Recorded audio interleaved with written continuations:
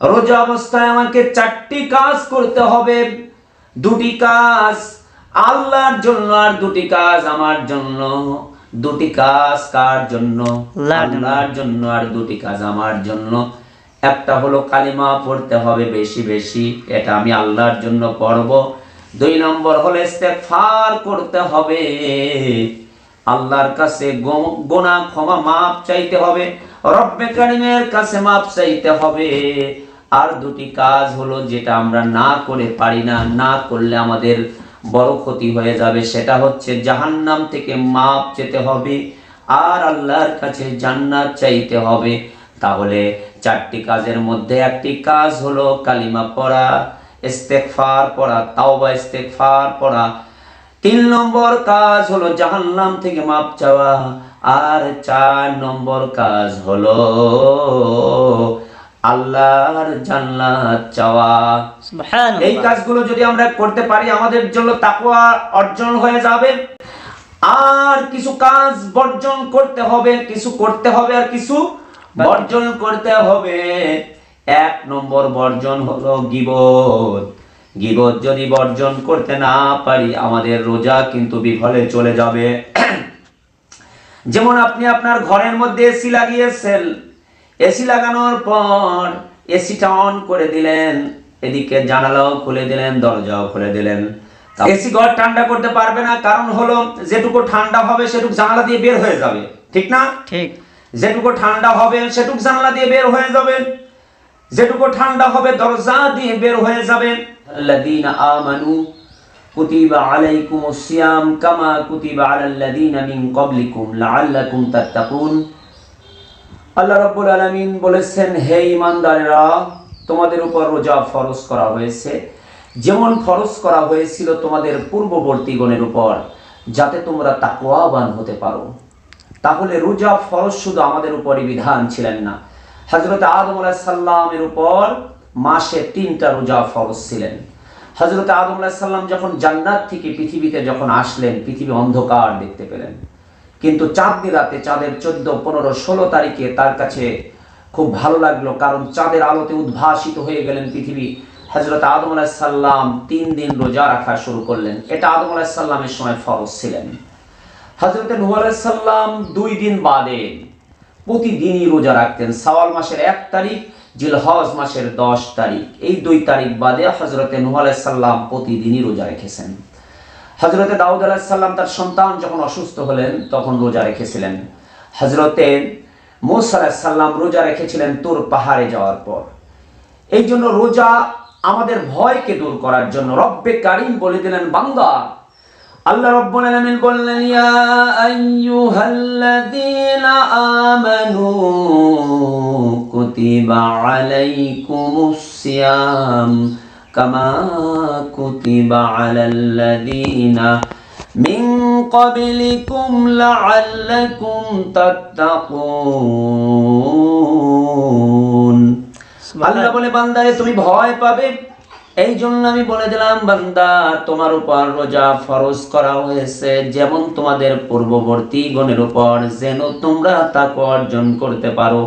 কারণ কোন কাজ যদি কেউ একা করতে বসে তাহলে ভয় লাগে, ওই কাজ যদি দলগতভাবে হয়, ওই কাজ যদি সমষ্টিগত হয়, ওই কাজটার মধ্যে মানুষ আনন্দ ফিল করে। আল্লাহ রাব্বুল আলামিন বললেন, উম্মতি মুহাম্মাদি, তোমরা শুধু একা নয়, তোমাদের পূর্ববর্তী যত নবী ছিলেন সব নবীর উম্মতের উপরই রোজা ছিলেন, হযরত আদম আলাইহিস সালাম থেকে ঈসা আলাইহিস সালাম পর্যন্ত। এই জন্য ভয়ের কোনো কারণ নাই, তোমাদের পূর্ববর্তী গণের উপর রোজা ফরজ করা হয়েছিল। আর এই রোজা থাকলে তোমাদের লাভ কি? আল্লাহ বলে, লাআল্লাকুম তাত্তাকুন, যাতে তোমরা তাকওয়াবান অর্জন করতে পারো, তাকওয়া অর্জন করতে পারো। তাকওয়া হলো খোদা ভীরু, আল্লাহর ভয়ে গুনাহগুলোকে ছেড়ে দেওয়া। হযরতে উবাই ইবনে কাবকে হযরতে ওমর রাদিয়াল্লাহু তাআলা আনহু জিজ্ঞাসা করলেন, উবাই ইবনে কাবকে আমরা চিনি, বিশ্ব নবীর একজন বড় সাহাবী ছিলেন, যিনি হযরতে ওমর রাদিয়াল্লাহু তাআলার সময় যিনি 20 রাকাত তারাবির জন্য ইমাম নিযুক্ত হয়েছিলেন। সুবহানাল্লাহ। সেই উবাই ইবনে কাবকে আল্লাহ নবীর সাহাবী হযরতে ওমর জিজ্ঞাসা করলেন, ওগো উবাই ইবনে কাব, তুমি কি বলতে পারবা? তুমি কি আমাকে জানাইতে পারবা তাকওয়া কারে বলে? সঙ্গে সঙ্গে উবাই ইবনে কাব বলল, ভাই ওমর, আপনি কি কখনো কাঁটাযুক্ত পথ দিয়ে অতিক্রম করেছেন? বলে, হ্যাঁ করেছি। তখন কিভাবে পথটা অতিক্রম করেন? বলে, আমি যখন কাঁটাযুক্ত পথ দিয়ে যখন অতিক্রম করি, ওই মুহূর্তে আমি খুব সতর্কতা অবলম্বন করি যাতে কাঁটাগুলো আমার শরীরে যাতে না বিদীর্ণ হয়। হযরতে ওমরকে ডাক দিয়ে বললেন, ওগো আল্লাহ নবীর সাহাবী ওমর, শুনে রাখেন, আপনার তাকওয়া এরকম, যেখানে গুনার পরিবেশ আসবে, গুনার পরিবেশ আসবে, সঙ্গে সঙ্গে গুনাহ ছেড়ে দিতে হবে। কারণ আপনি যদি ঘরের মধ্যে যদি কেউ যেটা দেখবে না সেই পরিবেশেও যদি গুনাহ করেন, কেউ যেটা দেখে না সেটা দেখে আমার আল্লাহ। এই জন্য আমাদেরকে গুনাহ ছাড়তে হবে। আল্লাহর ভয়ে গুনাহ ছেড়ে দেওয়ার নাম হলো তাকওয়া। আল্লাহর ভয়ে যদি গুনাহ ছেড়ে দিয়ে যদি তাকওয়া অর্জন করতে পারি, আল্লাহ পবিত্র কোরআনের মধ্যে বলেছেন, ইন্না আকরামাকুম ইনদাল্লাহি আতকাকুম। আল্লাহ বলে, তোমাদের মধ্যে সেই সর্বোচ্চ সম্মানিত যে তাকওয়া অর্জন করতে পারবে। কিন্তু এই রোজার তাকওয়া অর্জন আমার তখনই হবে, রোজা অবস্থায় আমাকে 4টি কাজ করতে হবে। 2টি কাজ আল্লাহর জন্য আর 2টি কাজ আমার জন্য। 2টি কাজ কার জন্য? আল্লাহর জন্য, আর 2টি কাজ আমার জন্য। একটা হলো কালিমা পড়তে হবে বেশি বেশি, এটা আমি আল্লাহর জন্য পড়ব। 2 নম্বর হলো ইস্তেগফার করতে হবে, আল্লাহর কাছে গুনাহ ক্ষমা মাপ চাইতে হবে, রব্বে কারীমের কাছে মাপ চাইতে হবে। আর 2টি কাজ হলো যেটা আমরা না করে পারি না, না করলে আমাদের বড় ক্ষতি হয়ে যাবে, সেটা হচ্ছে জাহান্নাম থেকে মাপ চেতে হবে আর আল্লাহর কাছে জান্নাত চাইতে হবে। তাহলে 4টি কাজের মধ্যে একটি কাজ হলো কালিমা পড়া, ইস্তেগফার পড়া, তাওবা ইস্তেগফার পড়া। 3 নম্বর কাজ হলো জাহান্নাম থেকে মাপ চাওয়া, আর 4 নম্বর কাজ হলো আল্লাহর জান্নাত চাওয়া। সুবহানাল্লাহ। এই কাজগুলো যদি আমরা করতে পারি, আমাদের জন্য তাকওয়া অর্জন হয়ে যাবে। আর কিছু কাজ বর্জন করতে হবে, কিছু করতে হবে আর কিছু বর্জন করতে হবে। 1 নম্বর বর্জন হলো গীবত। গীবত যদি বর্জন করতে না পারি, আমাদের রোজা কিন্তু বিফলে চলে যাবে। যেমন আপনি আপনার ঘরের মধ্যে এসি লাগিয়েছেন, এসি লাগানোর পর এসিটা অন করে দিলেন, এদিকে জানালাও খুলে দিলেন, দরজাও খুলে দিলেন, তাহলে আপনার এসির বাতাস কিন্তু, এসি কিন্তু ঘর ঠান্ডা করতে পারবে না। এসি ঘর ঠান্ডা করতে পারবে না, কারণ হলো যেটুকু ঠান্ডা হবে সেটুকু জানালা দিয়ে বের হয়ে যাবে, ঠিক না? ঠিক। যেটুকু ঠান্ডা হবে সেটুকু জানালা দিয়ে বের হয়ে যাবে, যেটুকু ঠান্ডা হবে দরজা দিয়ে বের হয়ে যাবে। রোজা অবস্থায় যদি গীবত যদি বর্জন করতে না পারি, মিথ্যা যদি বর্জন করতে না পারি, রোজার মতো এসি লাগালাম, ওই এসির বাতাসগুলো আমার গীবত দিয়ে বের হয়ে যাবে, ওই বাতাসগুলো মিথ্যা বলার কারণে আমাদের বের হয়ে যাবে, ঠিক না বেঠি? এই জন্য ঘরে এসি লাগালে ঘরের জানালা দরজা যেমন বন্ধ রাখতে হয়, রোজা চালু করলাম কিন্তু আমরা গীবত ছাড়তে পারলাম না।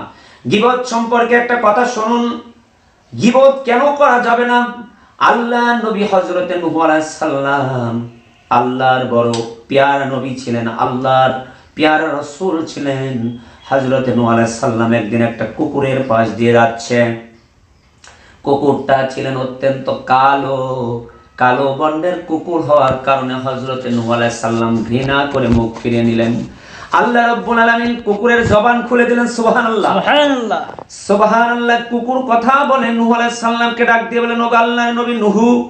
নূহ আলাইহিস সালাম তাকিয়ে দেখে কুকুর কথা বলে, হযরতে নূহ আলাইহিস সালাম অবাক হয়ে গেলেন। কুকুর বললেন, আমি যে কালো হয়েছি, কালো হওয়ার পিছনে কি আমার কোনো হাত আছে? আমাকে যে আল্লাহ কুকুর বানাইছে, কুকুর হওয়ার পিছনে কি আমার কোনো হাত আছে? কেন আপনি আমাকে ঘৃণা করলেন? আল্লাহ যদি আমাকে সুযোগ দিত আমি কখনো এটা চেয়ে নিতাম না। আল্লাহ যদি আমাকে বলতো তাহলে আমি কখনো কুকুর হতাম না, কারণ আল্লাহ আমাকে সুযোগ দেয় নাই, আমাকে কুকুর বানাইছে। ও আল্লাহর নবী নূহ, ও আল্লাহর রাসূল, আল্লাহ আপনাকে পছন্দ করেছে তাই নবী বানিয়েছে, এটা আল্লাহর ইচ্ছা। নূহ আলাইহিস সালাম সঙ্গে সঙ্গে মাটিতে পড়ে গেলেন, কান্নাকাটি শুরু করে দিলেন। এত কান্না করলেন, কান্না করতে করতে মাটিতে একেবারে মাটির সঙ্গে পানিগুলো লেগে গেলেন, চোখের পানি।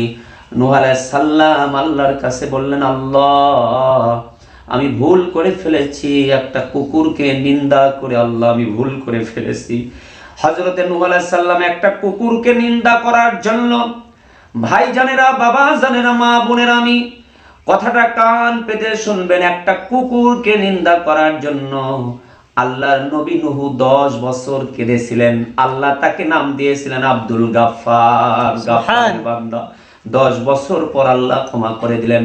আর আল্লাহ রাব্বুল আলামিন বলেছেন, লাকাদ খালাকনাল ইনসানা ফি আহসানি তাকওয়িম। আল্লাহ রাব্বুল আলামিন বলেছেন, মানুষরে তোমারে আমি সবচেয়ে সুন্দর করে বানাইছি। সেই মানুষের যদি গীবত করেন আপনার মাপ পেতে কতদিন লাগবে একটু ভেবে দেখেন। এই জন্য বন্ধুরা আমার, ভাইরা আমার, মা বোনেরা, সকলকে জানাই, এই ইউটিউবের মাধ্যমে আপনাদেরকে মেসেজ দিতে চাই, আপনারা একটা কুকুরের নিন্দা করার কারণে আল্লাহর নবী নূহ আলাইহিস সালাম 10 বছর কান্না করলেন।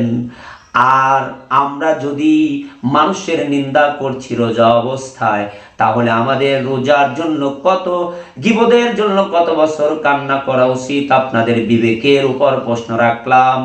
আমি এই বলে এখানেই শেষ করতে চাচ্ছি। আগামী